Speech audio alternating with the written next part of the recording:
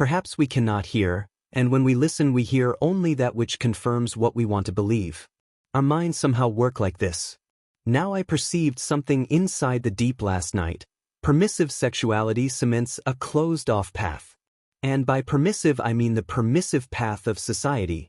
Heterosexuality is permissive, for the most part, culturally, but also psychologically for the one who is heterosexual. It is allowed, so it is permissive. The psychology so automatically and innately enters this permissiveness that it hardly notices its strength, its naturalness. And here is the problem: it is such a natural standard, so wholly accepted without question, and entered with its desires, that it becomes a narrow path of oblivion. That is why in some minds permissive sexuality cements a closed-off path. I am not talking about cultural issues. I am talking about things in the deep mind, a psychological effect so pervasive that in its pervasiveness it closes off the scope of the mind and the reaches of consciousness.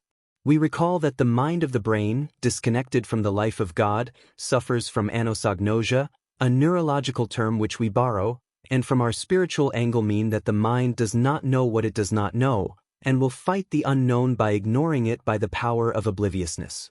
The desire and allowance of heterosexuality is so powerful that the mind is pulled towards its gravity and there falls asleep in its comfort. Those without the advantage of comfort are dislocated from anosognosia and look around at life for answers. This is their advantage, but their disadvantage is shame, and shame dislocates them from the domain of earth. They cannot be owners of themselves or spiritual domains. But the gay people have a second advantage: they have the gift of love. I had read this somewhere from a man of God who encountered God, who had said, "Tell gay people that they have a gift of love." So we can try to reconcile this peculiar statement with the cemented path of those who are heterosexual. While everyone must learn to love and can love, this gift of love can be translated perhaps as an ability to love in areas that the cemented path had closed off by the walls of their paradigms.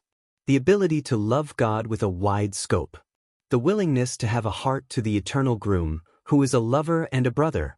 I am talking about romance of the heart only. These have room in their heart. Notwithstanding this gift of capacity, all people can reach to all deep things through desire and desperation. Deep things need deep things, and desperation is a door. Remember, consciousness always falls asleep at the first comfort.